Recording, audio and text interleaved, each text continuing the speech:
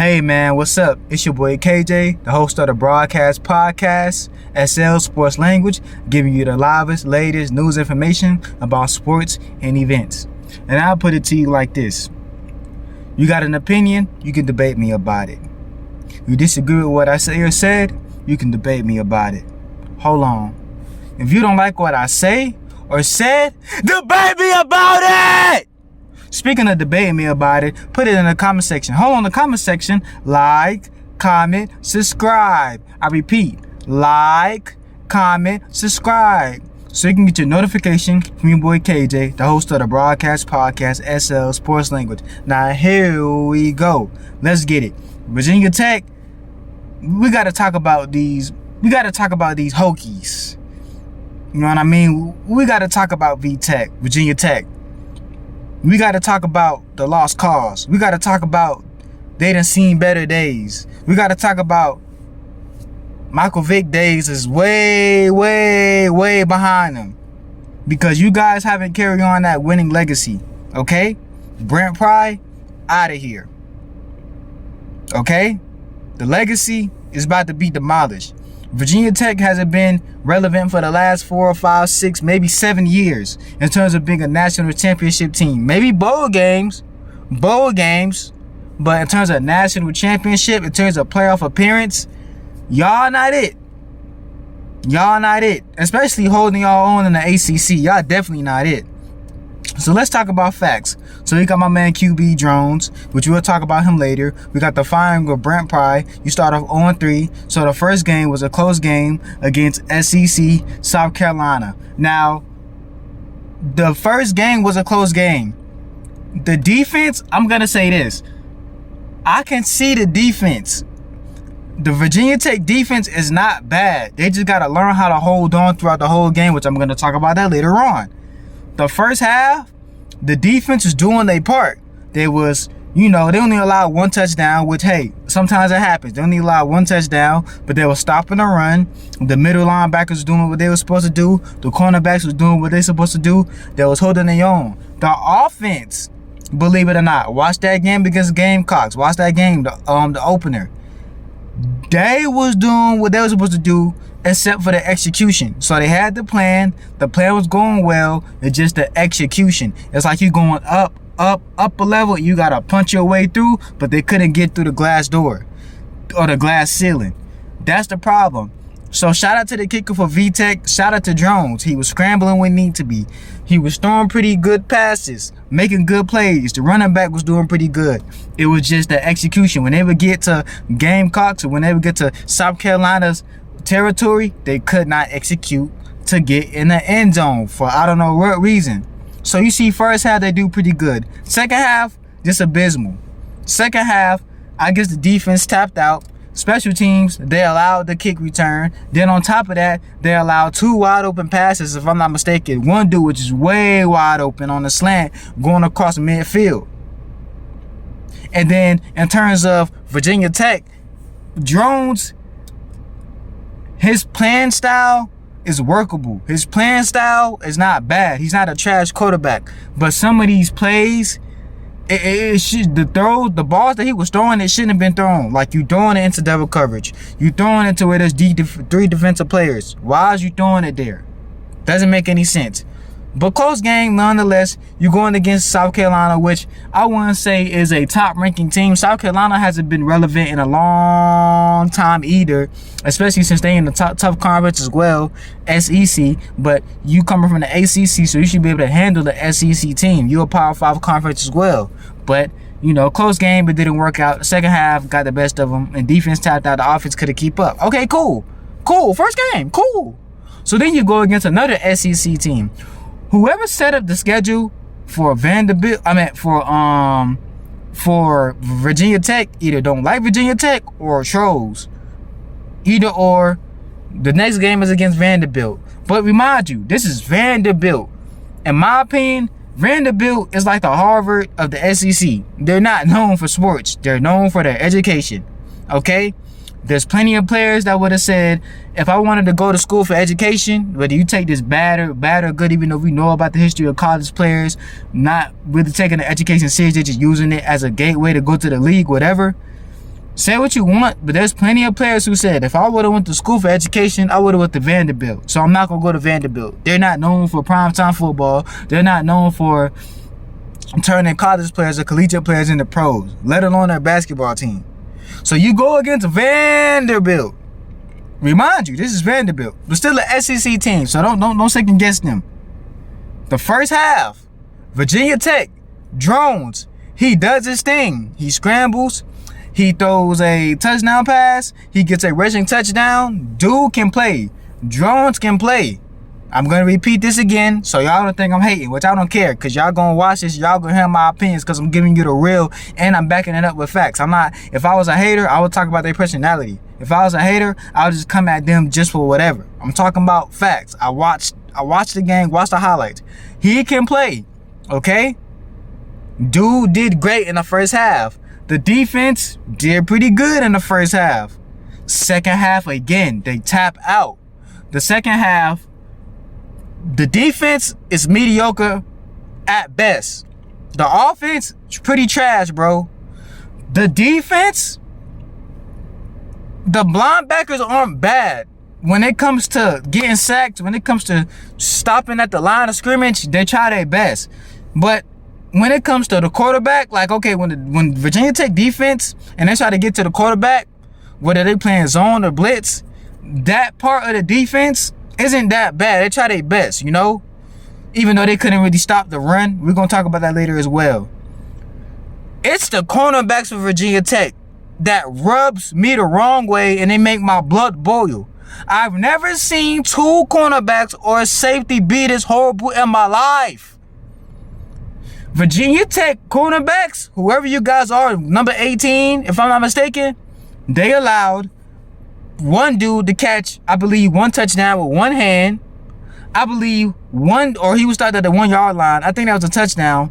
Then one dude, tight end, first half of the game, wide open touchdown pass. They get burnt every play. The wide receiver is getting a step on these Virginia Tech quarterbacks nearly every play.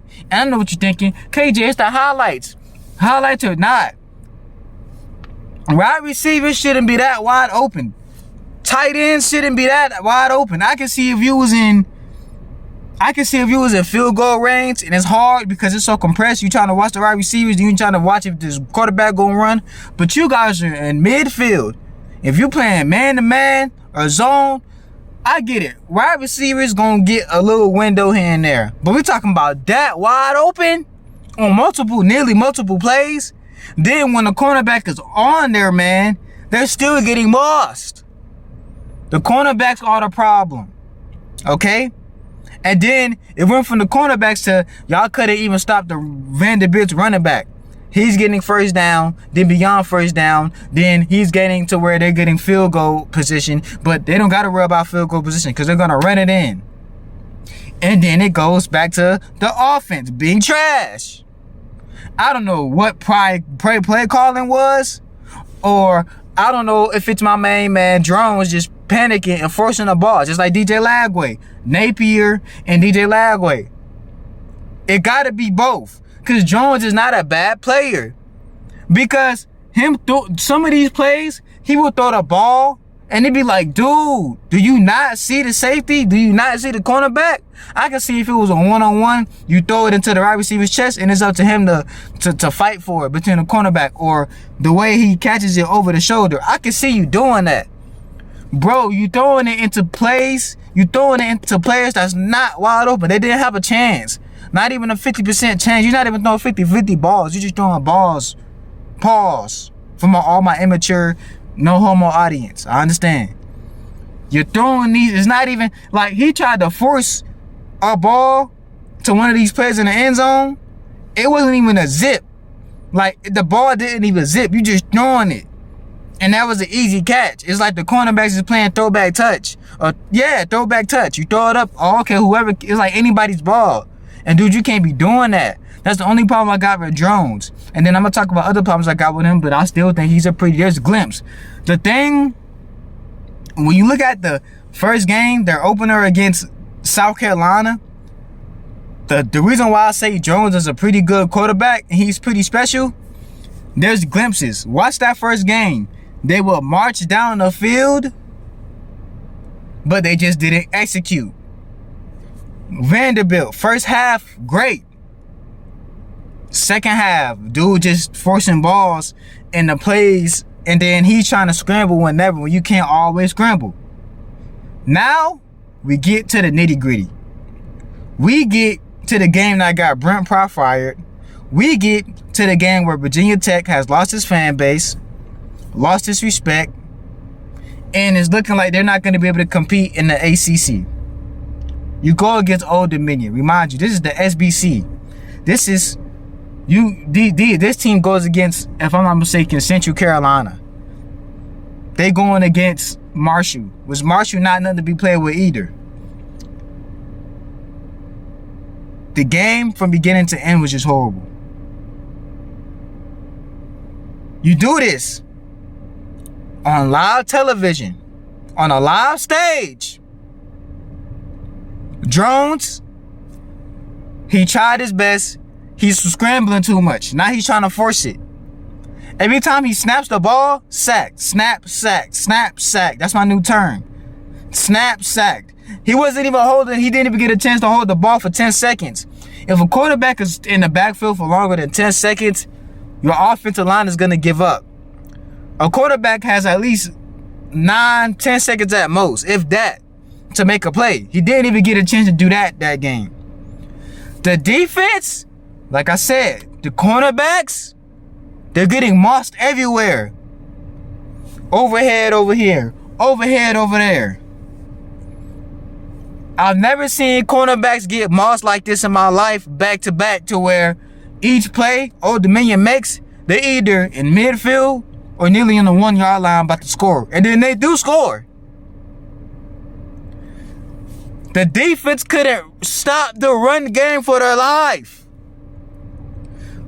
That's another problem with the Virginia Tech's defense. Like I said, it's mediocre at best. The defense isn't my problem, because the first game they did okay. The second game they did okay. It's just the second half they tap out and the offense can't keep up. The offense not only didn't keep up, but the defense allowed 31 points from the first to second half.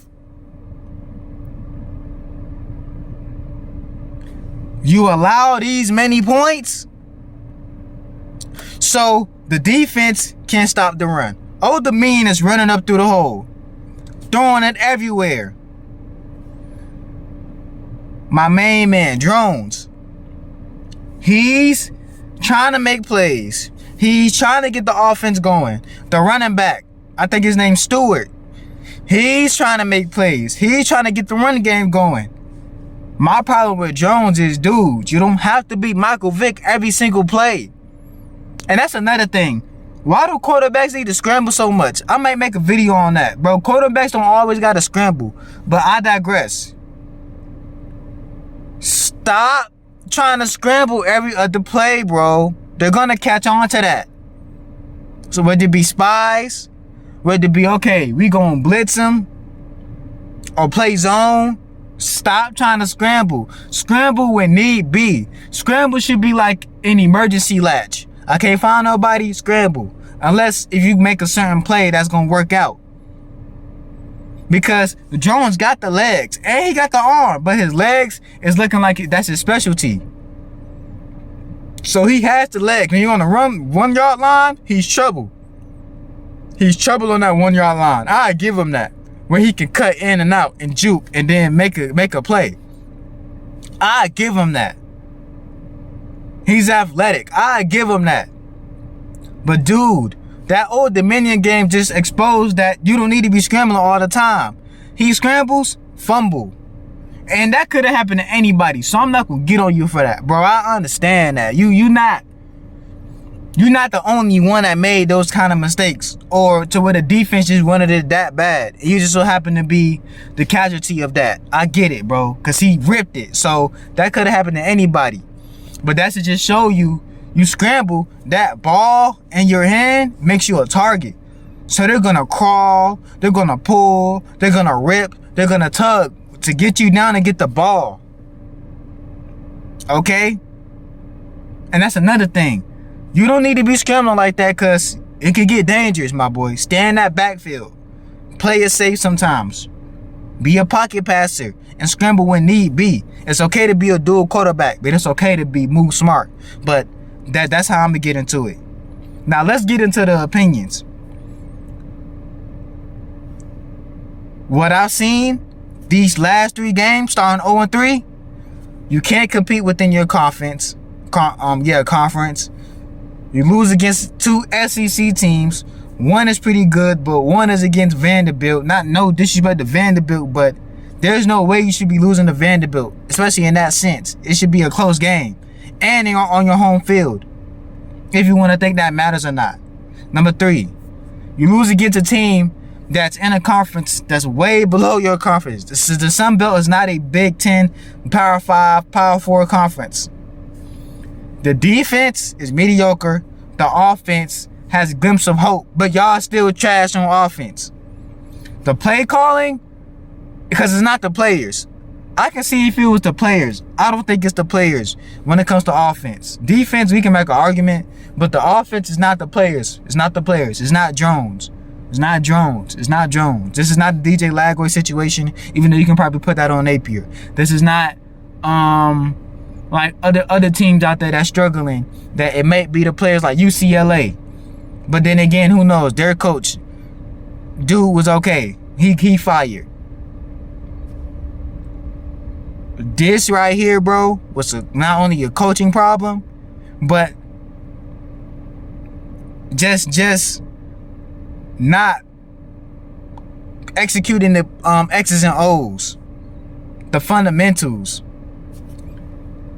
Plays, you're forcing the ball to go to wide receivers that has no chance. Scrambling when there's no need to scramble. Putting yourself in harm's way when you're the QB1. And what I seen is the defense, like I said, you can't stop the run. You can't, the cornerbacks, they're getting mossed everywhere. It's like they're having a field day with the defense. And Brent Pry, he even said it on ESPN. You can clarify this, okay? I'm not making this up. I'm not plagiarizing. I'm not defaming nobody's character. I'm not trying to get sued. Look this up on ESPN. He said it himself. He said it in an ESPN interview, or it was written in ESPN. Not like a one-on-one exclusive interview. It was in ESPN story. You know how they do the press conferences, and then they write it in the article. You can look it up, the ESPN digital news article. Brent Pry said it starts with him. He knows he's the problem, or somewhat of the problem. If he, because who knows, he might be feel like that, and then on the other hand, he could probably feel like y'all ain't put nobody around him. I'm just assuming. He say he's still gonna support. And remind you, he's getting a 6-figure to 7-figure salary, millions. You're getting paid for this team to lose. Then it's alleged. I'm gonna say alleged, but it's in black and white on the ESPN digital digital newspaper. They have written this, so I'm not making this up, but I'm still gonna say alleged. They're saying that Virginia Tech still has to get his man a $6 million buyout. So not only you start the season on 3 with this guy that you're paying millions of dollars to, and you're losing, you gotta still pay this man alleged $6 million to buy him out.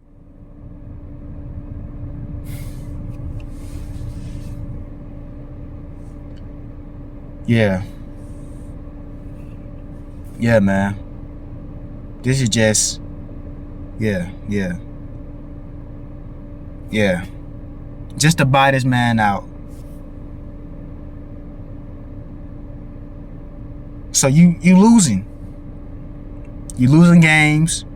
You blowing money. You losing fans. And it makes me wonder, if the fans don't show up to these games, how these players are going to get paid? Now, I know every player on the team's not getting buku. And when I mean by buku, that's like a down south slang. They're not getting a whole bunch of money. I understand they're not getting a whole bunch of money.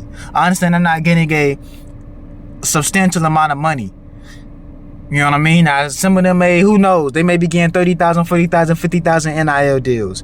They may be getting 600,000 NIL deals. And we know you got people that's getting 1.2, 1.3, 1.5 million NIL deals, to where every 2 weeks they getting paid $500K to play college football. So these players, I don't look at them as collegiate anymore. I look at them as collegiate/professionals. Especially the ones that starting to getting paid, because you're not starting to lose. And y'all get to hit the transfer portal. So now you losing fans.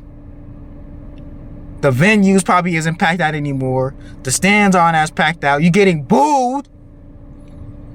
Is y'all even gonna come out to the Sandman? Like, it defeats the purpose to come out to the Sandman anymore, because the crowd not packed.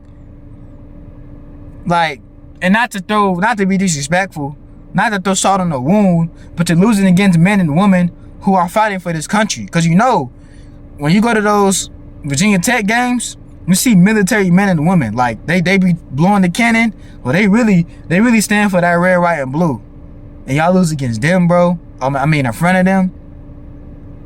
Like, this team, dude, is really laying down a legacy that people have presented and curated for this franchise, for this collegiate, for this college, for this university.